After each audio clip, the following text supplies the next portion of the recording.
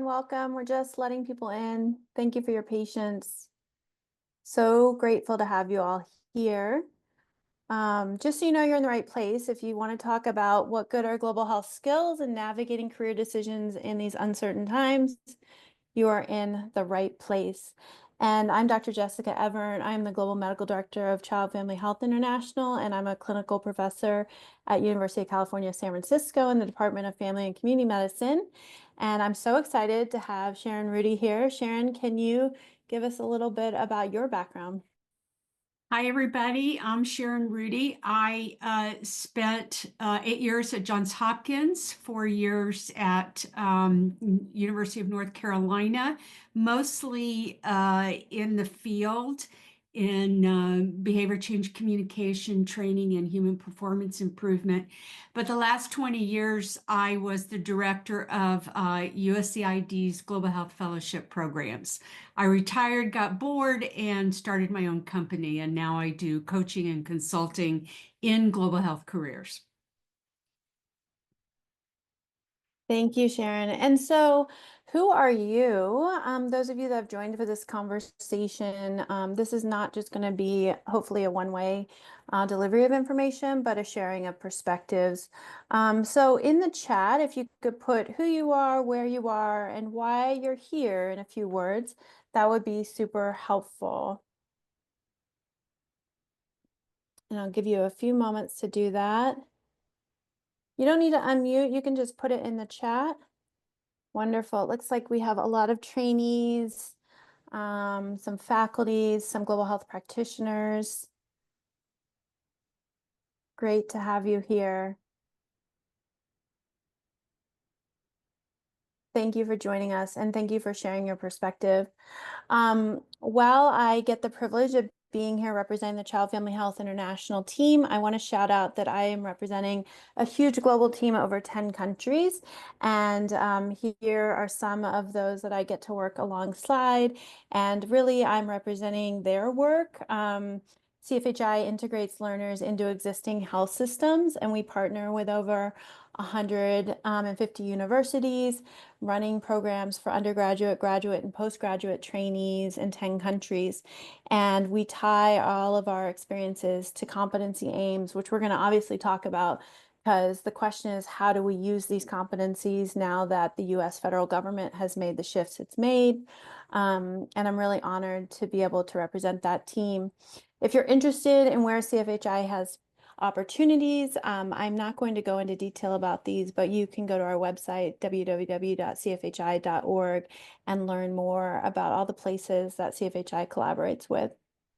For this hour, we're going to focus on what is our current reality. I think we're all still digesting and unpacking that. And so by no means do we have the final word, but I think we can start to encapsulate what's going on. Thinking about what are global health skills and pivotal concepts, I said pun intended, because both pivotal in terms of what's important and pivotal in terms of making transitions based on current realities. And working towards sharing strategic language and rationales for things that we all care about. And Sharon will be building out the hour with some really important career advice. And then we would love to have a conversation. As you all know, global health is a discipline that was really formalized in the early 2000s. It was really a reaction to the lack of a discipline that focused on evidence-based practice, collaboration between public health and individual level clinical care, and really looked at transnational health issues and determinants. And so it was on the heels of fields and initiatives like international health, tropical disease, medical missions, even colonial medicine. But it tried to rebalance the power dynamics to emphasize multi-dimensional impacts, sharing, learning, and quote unquote development, and blend those different disciplines in a transdisciplinary, transprofessional way. When I think about what is reality, some of the shifts I want to point out, and Sharon, I'm going to ask you for your opinion on these, and please pick them apart. But What we're really seeing is ideological shifts. So really a shifting sense of obligation of what the U.S., both the U.S. government and also the wider institutions, both private and public in our country, what obligation do we have to other places? To the health of people, to the stability of other locations. What is our role not even just within the health sector, but within other societal sectors? We're also seeing a villainization of DEI and concerns that the diversity, equity, inclusion movement has actually led to less diversity, less equity, less inclusion. And so really challenging a lot of us who've been in this world for a long time to rethink some of the basic tenets and assumptions that we had. In addition, when we look at global health, when you look at that definition from the Lancet, it places achieving a priority of achieving health equity for all people. So health equity, which is a more specific component of DEI, is at the core of the field of global health. So how do we have our field? How do we do our work if there's a fundamental challenge to the assumptions that we've made? Another reality we're facing is federal funding shifts. USAID was downsized and then absorbed into the Department of State. Department of Education is being dramatically downsized. NIH, academic, higher education funding, indirect funds and spending. And I think really impacts that are TBD in terms of indirect impacts from the economy and other kind of cash flows. We're seeing a shift towards an emphasis on efficiency. And so really the prioritization of short-term efficiency over long-term impacts or stability. Many of the initiatives in global health are not things that happen overnight. And so these are investments the US have been making for decades and programs that their impact is not measurable in what it maybe would be considered an efficient way by some. And really efficiency over accountability. So no longer are we accountable to how we may or may not be disrupting health status or systems, but looking at efficiency as the number one priority. And I would say what's maybe a questionable equation between human capacity, human resources, and the ability to maintain activities. And that's both domestically in public health spaces and internationally. And then you kind of put on top of that a meta overarching sense of chaos and unpredictability that's impacting organizations, families, communities, organizations to the point of paralysis, which colors everything we do in our world. Sharon, what else would you add to this? What are you hearing? You're in DC, I'm in Idaho, very different realities. So what would you? Well, I would say, I was a contractor inside USAID with secret security clearance for 20 years. And every new administration certainly brings with it its own priorities, a desire to increase efficiency, and the desire to work with people who share their own values and agenda. And they would sometimes choose not to refund programs and research that didn't fit that agenda. But they would always let people prepare for that. And they were often skeptical in the beginning regarding the value of foreign aid, even though it's less than 1% of the federal budget. And most Americans think it's like 20 to 25% of the budget. But this top White House priority is finding money to spend in other ways with really little regard for the unintended consequences. And right now, we have about 150 lawsuits against the executive branch and DOGE, which is Elon Musk's organization, as of yesterday. I did want to say for anybody in listening who has recently lost their position, it's a good idea to check with your previous organization, your university or your company, to see if they are in one of those lawsuits and to ask them how it would affect you, to put in writing a request to be kept informed. If you were in a union, like the civil service or the foreign service, check with your union, because I think both of those big organizations are involved in lawsuits. And these lawsuits are going to take a year or two to work through the court system. So you probably cannot expect your position to be reinstated immediately, but probably by law, because they have broken key laws, they're going to either have to rehire you or pay you out. And you want to make sure that you're part of that, you're known and you're part of that process.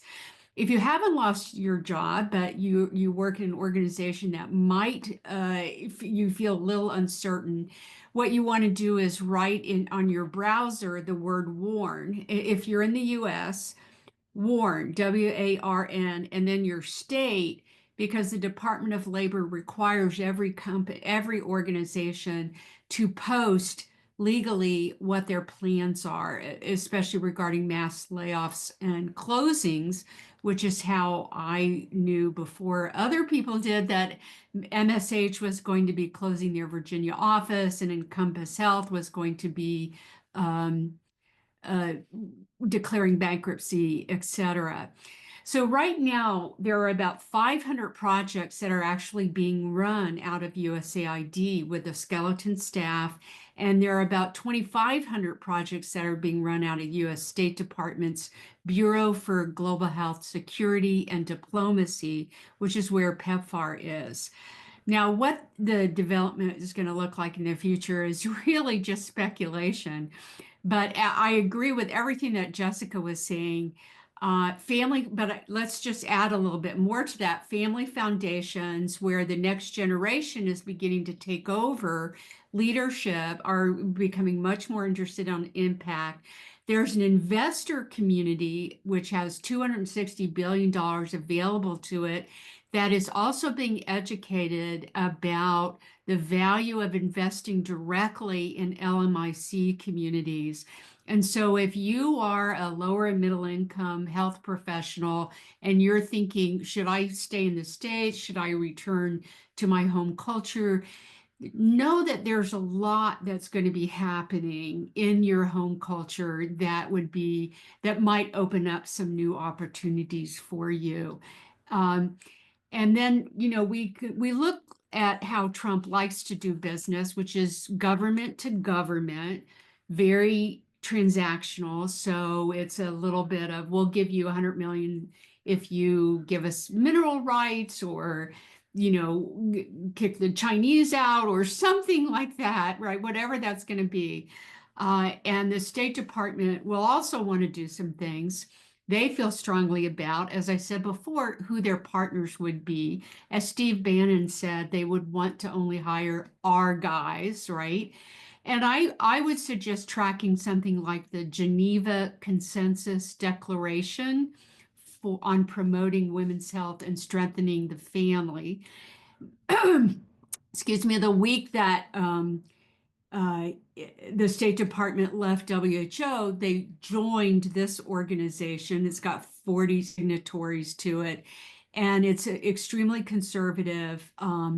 Russia, Hungary, and Uganda were initial, and it's anti-contraception, anti-gay, traditional family. And then there are organizations like the Institute for Women's Health, which is www.theiwh.org, where Alma Golden, who's the former head of the administration during Trump's, or excuse me, the Global Health Bureau during Trump's first administration, evangelical Christian, they're probably going to be receiving funding. They're abstinence only education, anti-abortion, and the traditional role of women in family life. So there will be some international development, global health work done. It's going to be, and then if a pandemic happens, then all bets are off in terms of what opportunities might be available. Back to you, Jessica. Thank you, Sharon. So, you kind of alluded to this, but as we think about what degrees and career paths are most impacted, thinking about Masters of Public Health, Masters of Global Health, Doctors of Public Health, International Development, International Relations, Healthcare Administration, which has been growing exponentially in the US over the last few years, Public Administration, even medical doctors doctors, MD-DO programs, because of the way that medical education is funded, particularly graduate medical education, but also undergraduate medical education, and also thinking about the deprofessionalization of healthcare and the rise of advanced practice providers and kind of non evidence-based healthcare practices. I anticipate this may affect medical education. Medical researchers, PhDs, those working in refugee asylee health, we've seen a steep reduction in the number of refugees and asylees welcome to the US, and there's a whole subset of the healthcare community that normally processes and does resettlement. Sharon, when you see this list, what is missing, or what roles and degrees do you think are going to be most impacted in the coming years?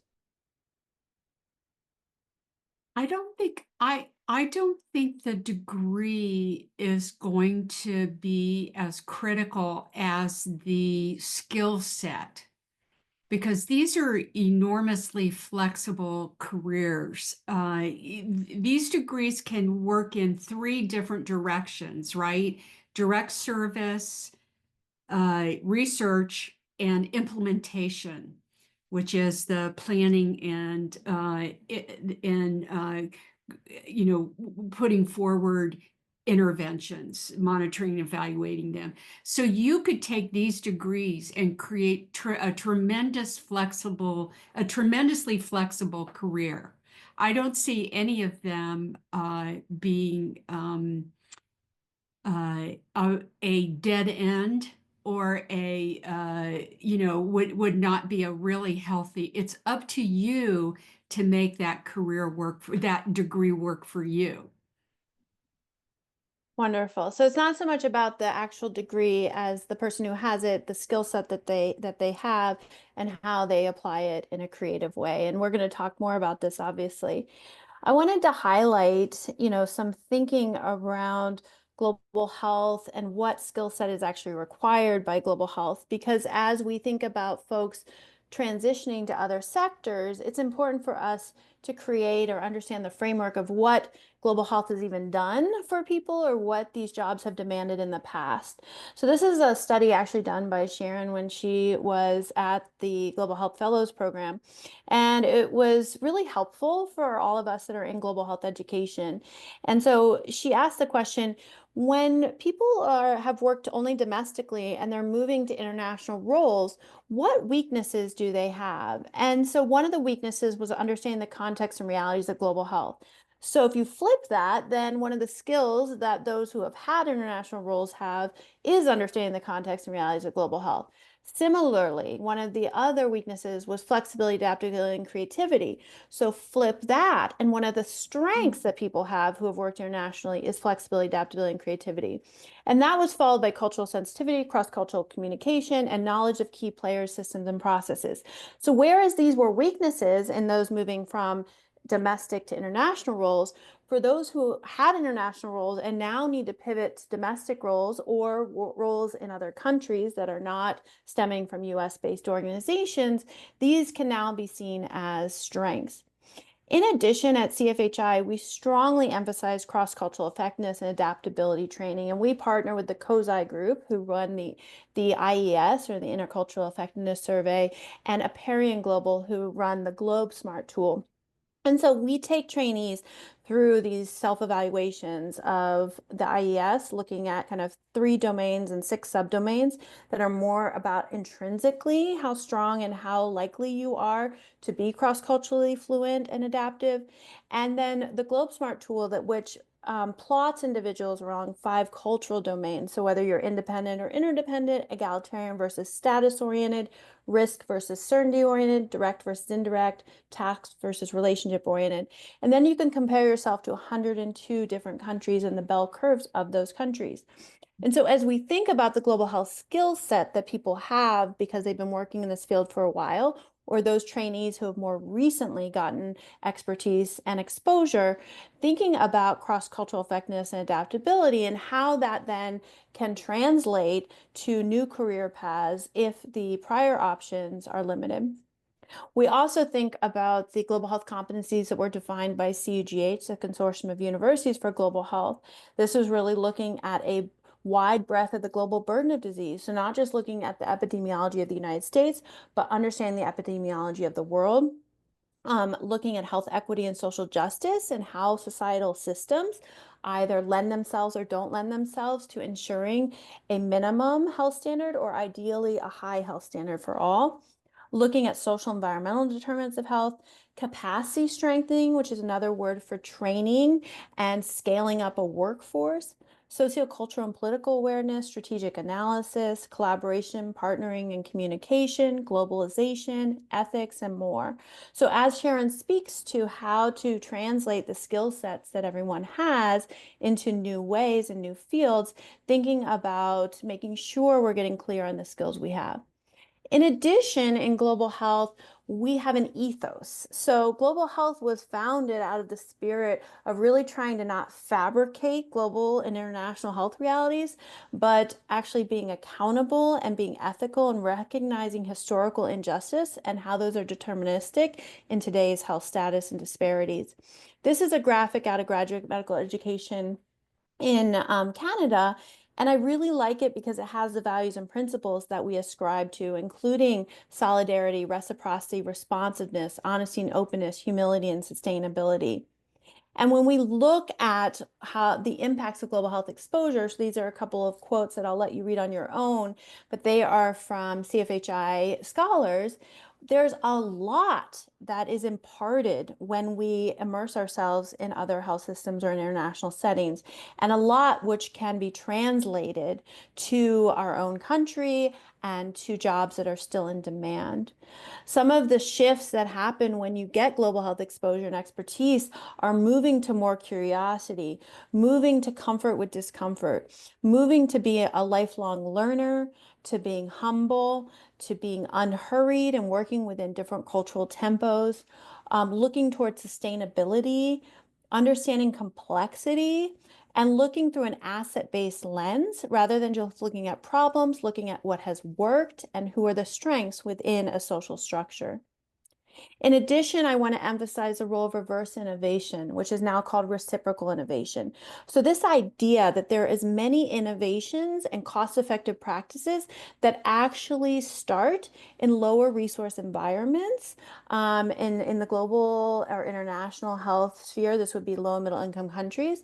So these are approaches that have been adopted by low and middle income countries that are creating better health status, that are cost effective, that are addressing the burden of disease in very successful ways that can be brought to high income countries like the United States. So when we look at what is the strengths of someone who's had an international career or experience or has a degree that included this education, really thinking about how can we adapt innovations that our colleagues in low and middle income countries have done for a very long time extremely successfully.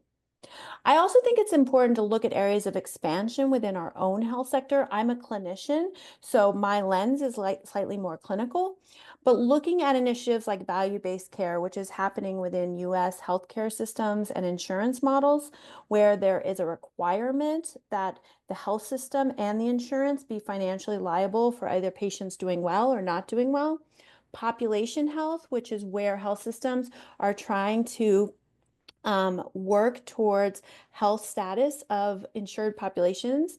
So it's not the same as public health where you're looking at geographic region or a demographic region, but actually looking at those that a health system is responsible for through insurance contracts.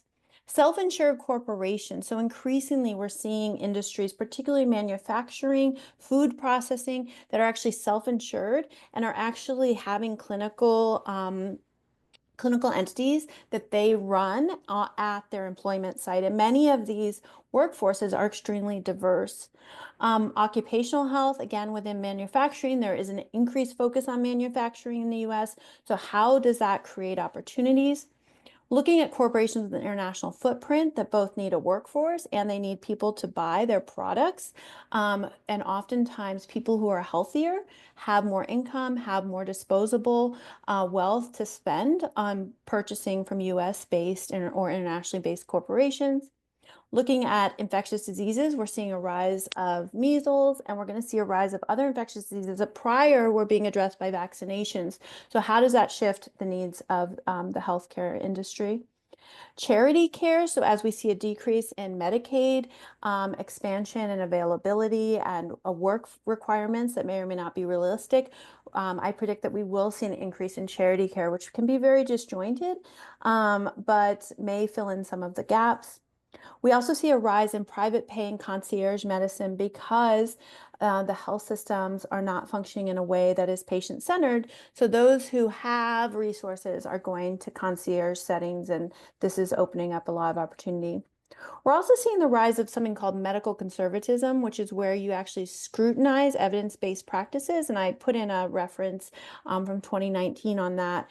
So there's a re-scrutiny, like there is of the MMR, the measles vaccine, of things that we prior thought were evidence-based and were common knowledge, and now are being scrutinized. And I anticipate that will change how patients want to behave and what insurers want to pay for.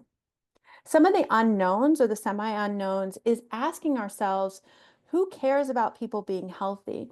When you have the US federal government acting in a way where they feel less responsibility for this, particularly internationally, you have to ask yourself, who are the stakeholders who are left over? The employers, the private sector, investors, military who need healthy volunteers, faith-based organizations who have, based on their faith, are compelled to care about others' health. In asset-based community development, we can talk about associations, and that associations of people can actually care about the other. Associations are defined as people who are not paid to gather for a shared reason. So these would be like the Cancer Foundation or the Alzheimer's Association. Are there others? Who cares about people being healthy? I invite your comments in the chat. And secondly, how does the health of one population become relevant for other populations? The US federal government is essentially saying in their actions that they don't care as much about the health of international populations as they did prior, or feel as much obligation, or see it as a tool for diplomacy or stabilization. So what are the reasons? Fear, cost, religious beliefs, financial implications. There's a lot of different reasons why one population may care about another population's health. In Australia, for example, we saw a change in how drug addiction and sex work is handled socially because there was a realization that during the HIV epidemic, that people from the suburbs were going to engage with sex workers. And so people became fearful that they were going to bring HIV to the suburbs. In addition, they had universal health care. And so then the financial burden of people getting HIV was distributed throughout society. In the US, we don't have universal health care. So we don't have the same sense that one population's health is actually impactful or costly for others. And then thinking about strategic approaches and changing our language. We're in a different time, and if you are going to be engaging with governmental sectors, we're going to have to be thinking about efficiency, cost effectiveness, security, US greatness and dominance, economic prosperity, corporate expansion, and other approaches that may get us to the same endpoint, but for very different reasons. And that can be hard to stomach when we're used to speaking in a very different narrative. So I want to turn things over to Sharon. Sharon, any reflections? I know I just kind of threw out a lot of ideas, and I look forward to more discussion and to your advice for everyone who's gathered here. Thank you. I agree with everything you just said. Got lots of food for thought, actually. I'm going to take it in a slightly different direction from the point of view of global health careers and my work as a private coach.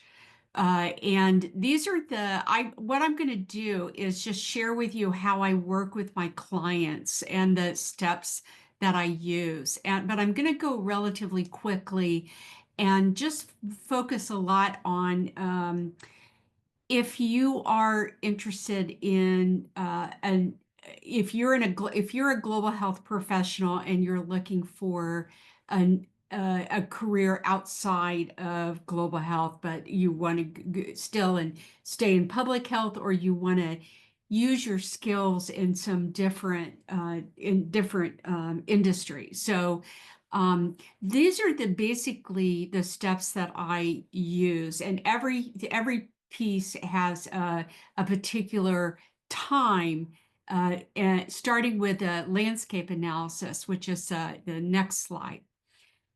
By the way, all of this is in my book called and here is the really baseless shilling of the book, The Global Health Career. It just was published last month by Johns Hopkins Press. And every one of these steps has its own chapter if you're interested. So the first thing I do, no matter what somebody is presenting me with, sometimes they could say, I just really want my resume redone, or I want to prepare for an interview.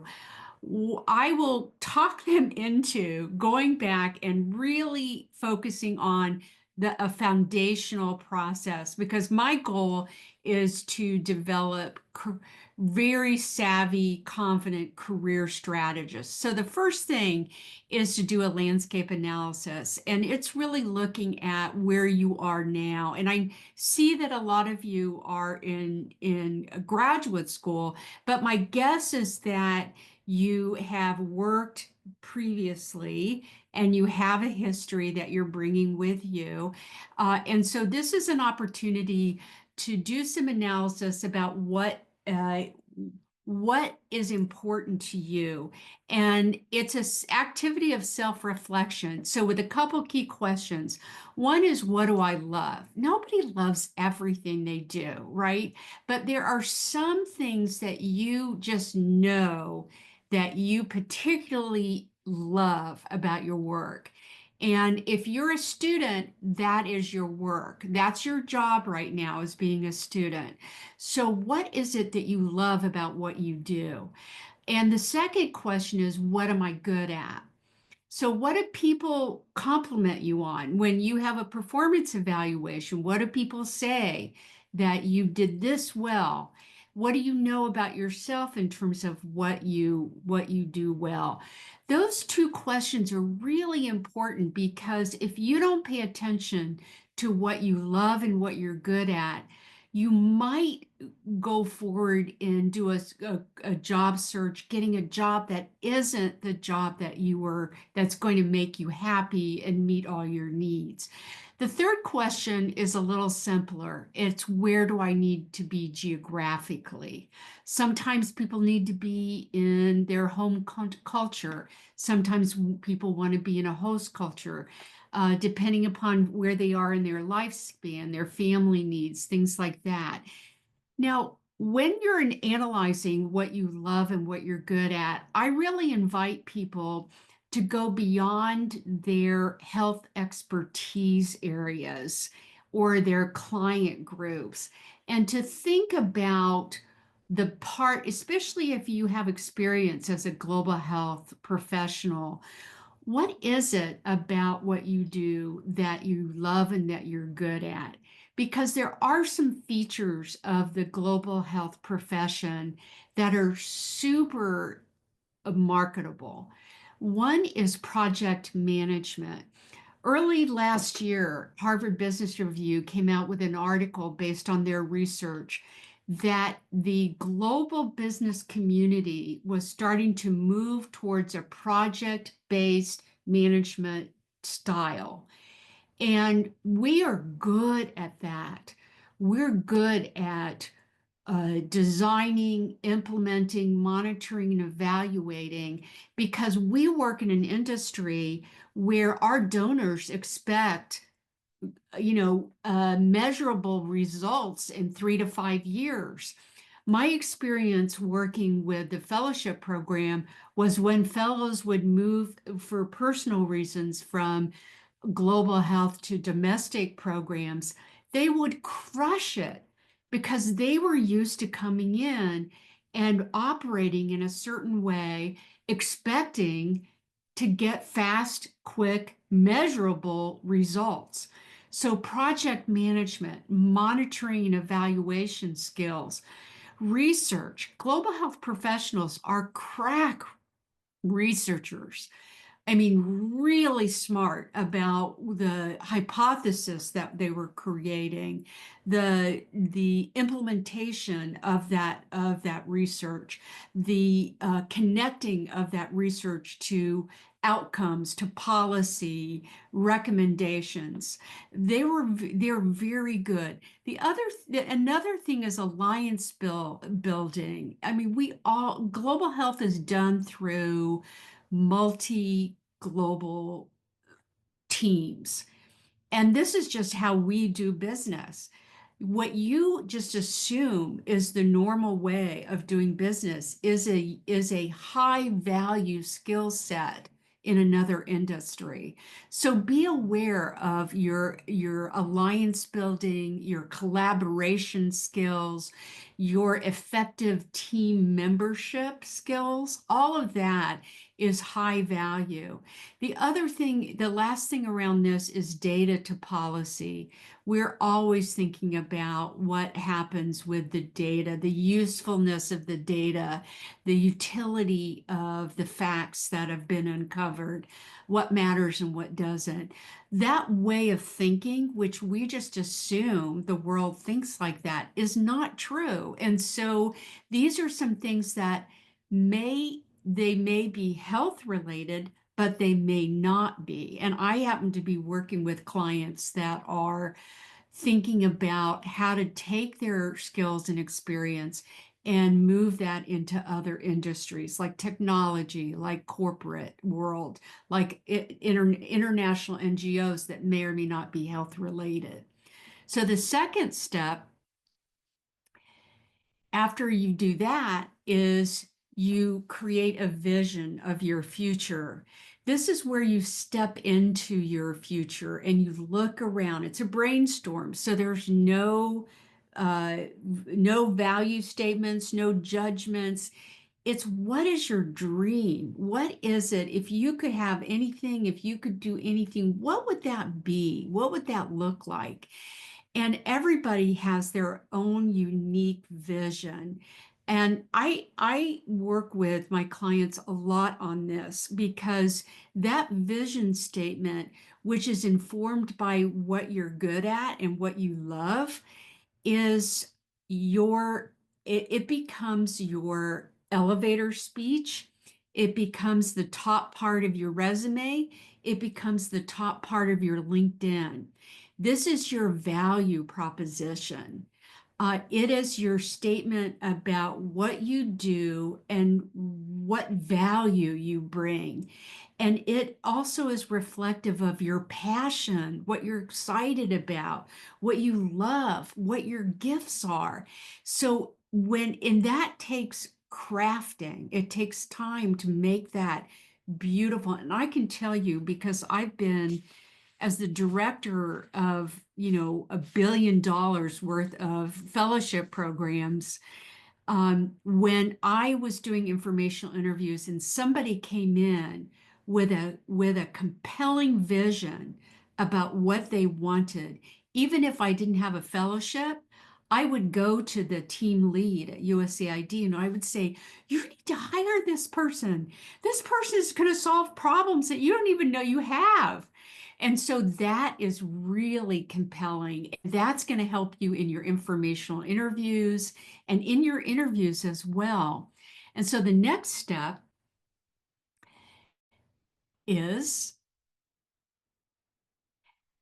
we look at your landscape analysis. We look at where you're at now. We look at your vision for the future and we do a gap analysis. Okay.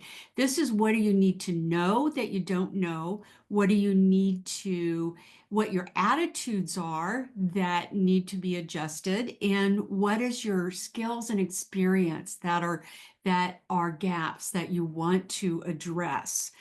And this is a particularly challenging activity when you're considering shifting from global to domestic, from domestic to global, from health to non-health. And there are some things that I'd like to say about what people need to know. And I add a convincing argument that what people need to add to their skill set and their experience and their knowledge is AI. It is absolutely critical for someone who is in a job hunting mode and in a career development process. AI, not only in terms of how it works for you administratively, but how it works in health systems. And there's tons of free webinars that a lot of organizations and universities are doing that introduce this subject. It is a deal maker for you in an interview process if you have that. If you're looking at a new industry or something new, you're going to have to use the internet in a heavy way to learn the new language, to learn, and you can learn that language of the new industry in webinars and attending groups and going to meetings and that sort of things. The feeling and the attitude, we learn in global health CAP, right? Knowledge, attitudes, practice. The attitude piece is really critical here.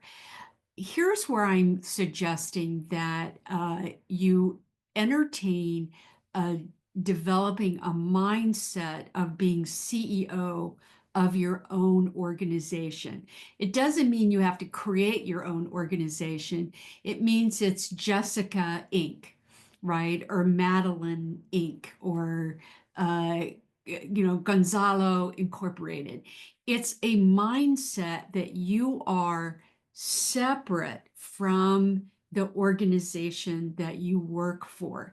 And the reason I encourage that is because so many of us in international development give our souls and our loyalty to our companies, and our companies actually will never give that back. It's the nature of organizational life. And so sometimes we stay in companies and with organizations that are good, but they're not the best for us. And so the other thing that I look at in the feeling attitude part of this analysis is the imposter syndrome, which is like such a epidemic in our industry. And then what skills and experience we need to have that we don't have that we want to apply. Next slide. So once we've done the performance gap and we've created a plan, then we look at, and this is, I'm going to go through just real highlights. This is all the mechanics of job hunting that you would assume.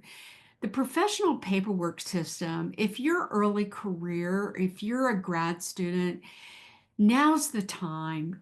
Believe me, I can't tell you how many USAID people I've talked to who did not pull from their work files, the projects that they were involved in, the reports that they have written, their performance evaluations. Those are things that you actually want to create a system around, virtual or in paper, including a happy file, which is every nice thing that anybody has ever said about you. You put that in a happy file, and believe me, those days when you're sad and you're feeling very down, it is just a lovely thing to open up your happy file and remind yourself that you're actually pretty good at what you do. The one thing I want to say about the professional paperwork system is that you've got a curriculum vitae, which is like everything you ever did. Like mine is 25 pages.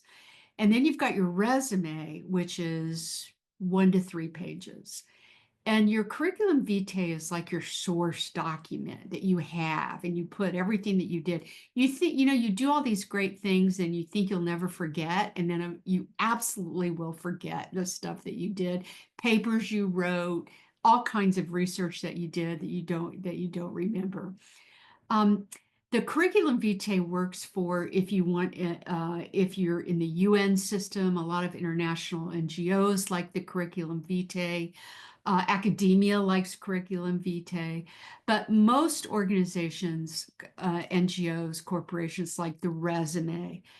The best thing to do with the resume is to go on my website, which is in the below here, drsharonrudy.com, and just download a template that gives you all the do's and don'ts. And it's really the best based on data from researching recruiters. It's basically the best. The resume is meant to get you the interview. It's the interview that gets you the job. And then I'm going to skip next and go to after you've got your resume all organized, then you go on LinkedIn, which is your social media. It's the only one that matters. It's where you put your elevator speech, which that was that, two-line or that paragraph. And then you want to look at keywords. By the way, the resume, the average time that a recruiter looks at your resume is 6 to 9 seconds. So all those resumes that read like a book will fail. They get put over in the reject pile, even if you're perfect for the position. That's why the resume is so critical.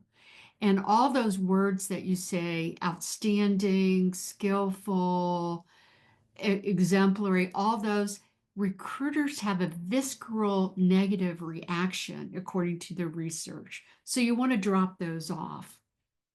Okay, your LinkedIn, the one thing I want you to know about your LinkedIn is you want to post something every week. I know that's horrible.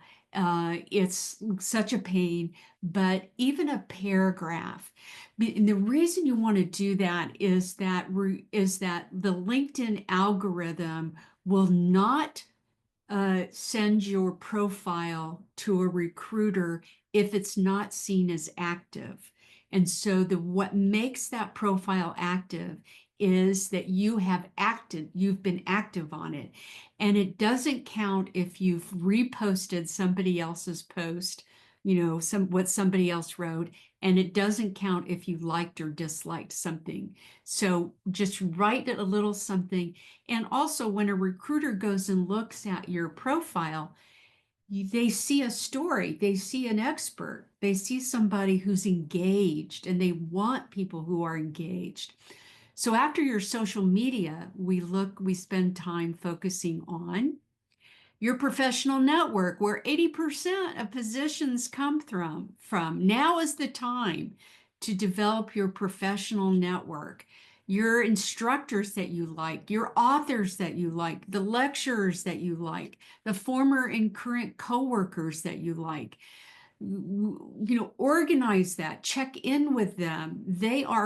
I was at CUGH, Consortium of Universities for Global Health in Atlanta a few weeks ago with Jessica, and it is a community. We are a tribe. We care about each other and we hang together. And this network has never been more important than it has right now, with so many thousands of unemployed people, unexpectedly unemployed. And you build that new network, if you want, one contact at a time, where you're learning the language and the business. And the business is how resources move through a new industry, if you're interested in that. And then the last item is just the interpersonal communication.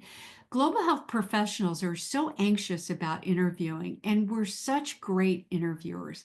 The only mistake that you can make is not preparing to interview.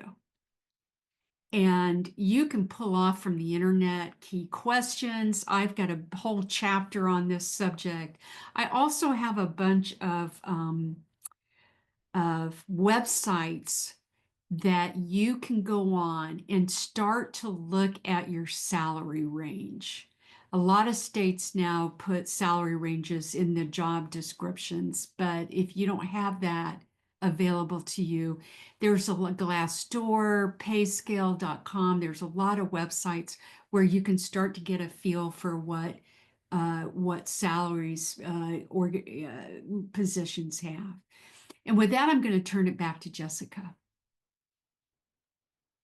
Thank you. And I'm just going to zoom out. One of the quotes that many of us rely on as truth is by Martin Luther King Jr. And he said the arc of the moral universe is long, but it bends towards justice. And I think some of the questions that we're all pondering right now is, since it seems that there's more political divisiveness, and so many changes under one political party, where does that leave us in terms of, even if the pendulum shifts to the other political party and being in power, or at least in one branch of government, when these programs require so many years to build and maintain, and are really not conducive to political cycles in their essence, although some of the details, as Sharon mentioned, may be. And how do we protect those who are targeted or suffering, when that arc moves away from justice? And if we're moving towards justice, how do we reconcile the rhetoric that feels unsafe? There's a lot of explanatory models where what's happening right now is seen to be an improvement and to lead to betterness for the health status of people in the US and abroad. So how do we reconcile that? How do we understand that perspective? And what are the results of generational shifts? Sharon mentioned this with family foundations, but every industry, government, non-governmental, is going to have shifts because generations are aging, and those in control are actually, many of them are on older. And so what does that mean? And likewise, what is the role of educators, mentor in the education sector for those that will be the leaders of tomorrow and the day after tomorrow? So I want to pause there. Sharon, there was a question from one of our attendees that is early career. And I think the question kind of was focusing on, how do you describe like your loves and those first couple questions that you had on the first step when you are early career, when you're, I guess, still figuring out what you love? How do people, how would you suggest to go about that? I think and I have had undergraduate clients who were trying to figure out which graduate program. They knew they wanted global health, but they weren't sure which graduate program they wanted, and they wanted to work for a little bit. And I use that same technique with them. And it is, when you're asking yourself the question, what do I love? And I also always recommend that people write the answer, not like try to do it on the computer, but you're keeping like almost like a journal where you're writing what you love. Think about what it is that you are drawn to. Do you like working with people? Do you like working with numbers? Do you like being in a community? Do you like being solo? Do you like chaos? Do you like lots of energy? Do you like peace? Do you like travel? Do you like balance? Do you like to rest? These are things that you already, as a fully formed human being, have a lot of opinions about. So start where you are.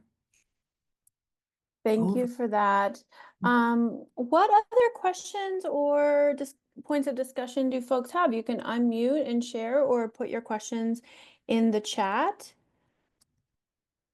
What are some of the effects you're experiencing of the US federal government shifts? I know a lot of you are students, some of you are faculty. Are you seeing any effects in your day-to-day life? Tesfaye asks, what should scholars do? So what about researchers and scholars, Sharon? Do you have any thoughts on that in higher education?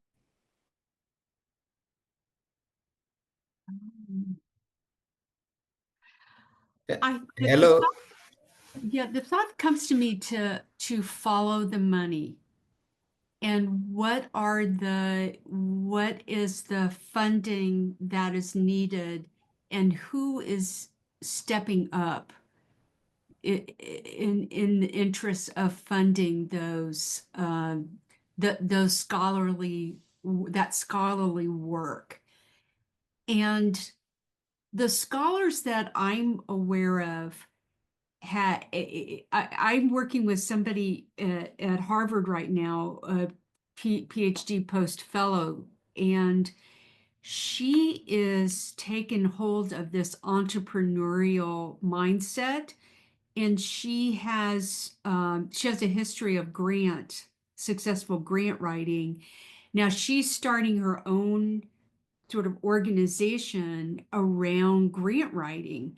And so it is really looking at these supplementary skill sets that are going to support you in doing what you love, right? And so that is an example of doing what you love, is ensuring that you know who is interested in funding that kind of activity, who might be interested in funding that kind of scholarly research or writing, and how to go about doing that.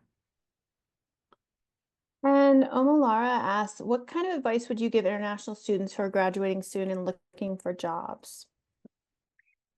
Are you looking for a position in a high income country or in a low and middle income country? Because there are going to be opportunities in each environment, and that depends upon your preference. In the US. In the US, you're going to, I think, have a if you have done your homework and you are a culture mediator, which means that you have an ability to um, to articulate uh, your culture or other cultures in a way that help Americans understand, you're going to be as valuable as you could possibly be. I mean, there isn't anything, I think, I don't see any special obstructions to your being an attractive candidate in this coming era.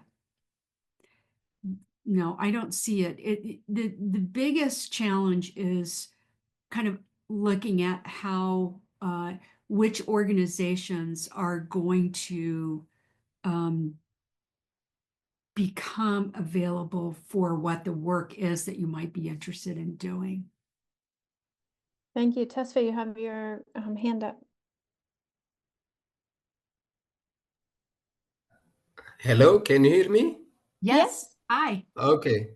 Thank you, Jessica and Sharon. It was really wonderful presentation. I'm very glad. I'm honored to follow this presentation. Uh, I'm very grateful, Jessica, for being invited to give my presentation also in the CFHI. Having said this, your presentation was excellent.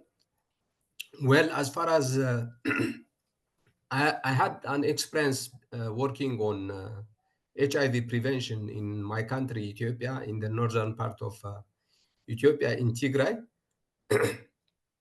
and from the PEPFAR fund, because Sharon said she has an experience in the USID. I know that United States of America is, I mean, I can say, it's really a big country that gives a large amount of money to the world. I mean, America is known to by providing a large amount of money by giving, and it is known. I remember when the HIV fund, the PEPFAR fund, was also praised in 2012 or 2013 in Ethiopia.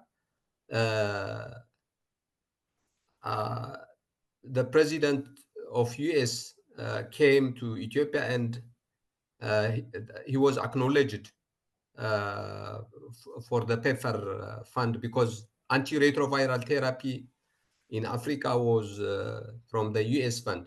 So, but the problem, while I was working in the project, well, I remember the prevalence of HIV was reduced from 10% to 1.1 in 5 years' time due to the support of PEPFAR among female sex workers. And then later on, the project was interrupted. Then COVID came, and then the war happened. Now the prevalence of HIV among female sex workers has increased to 8.5%. So this is what I have experienced due to the reduced fund. So I can understand how much problem could occur in this world when the fund shift occurs from US. That's what I want to say. This is just a reflection. Another point I would like to raise is regarding the conflict, because I am in a conflict affected setting region. Especially Sharon, you gave us a very interesting insights regarding how we try to see ourselves and what we like, what what we are good in, and how we should go about and so on. But especially for people like me who are working in a conflict affect setting, we just try to hope a good time will come, and always we try to help our people. However, when we see it, no improvement at all, because the leaders in Africa, it's really, difficult. No improvement. Always people are suffering, and we are also suffering with, including with the people. So, what do you think? What should be done? In I these do issues. think, respond to you, and also what I'm hearing, what I'm reading in the chat.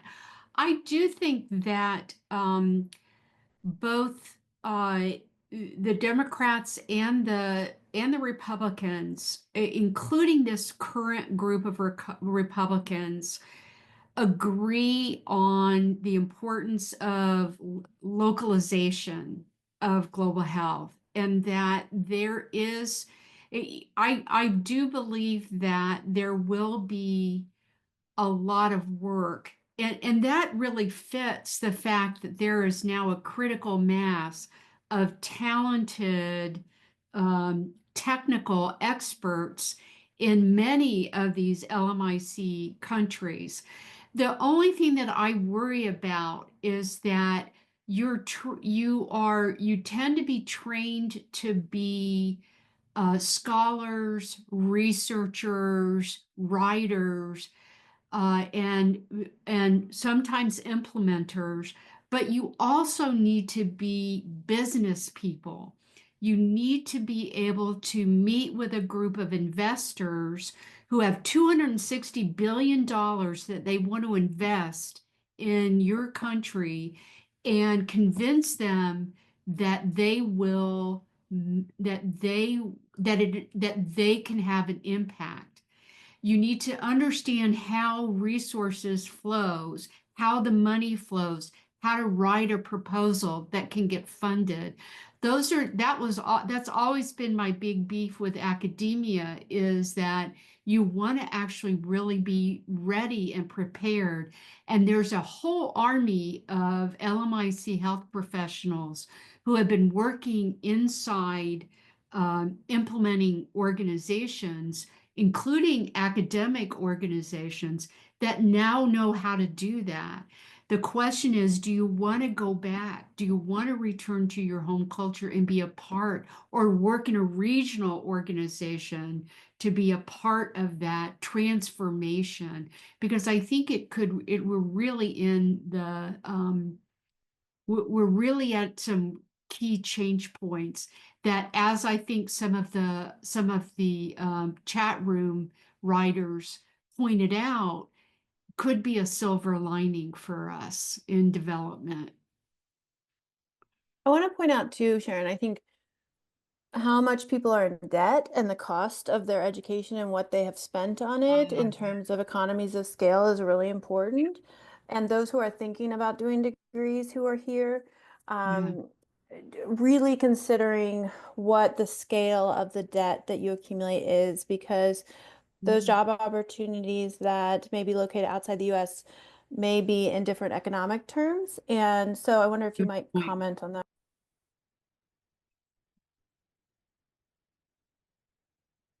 Yeah, that's a good point, Jessica.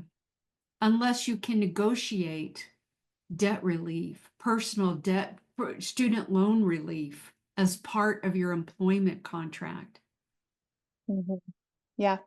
Mhm. And thinking about as many programs are very expensive out of pocket. And so, but there are increasing numbers of global health degrees that are based in Sub-Saharan Africa and Southeast Asia and Europe, and the price points are different. So that may become more of a consideration.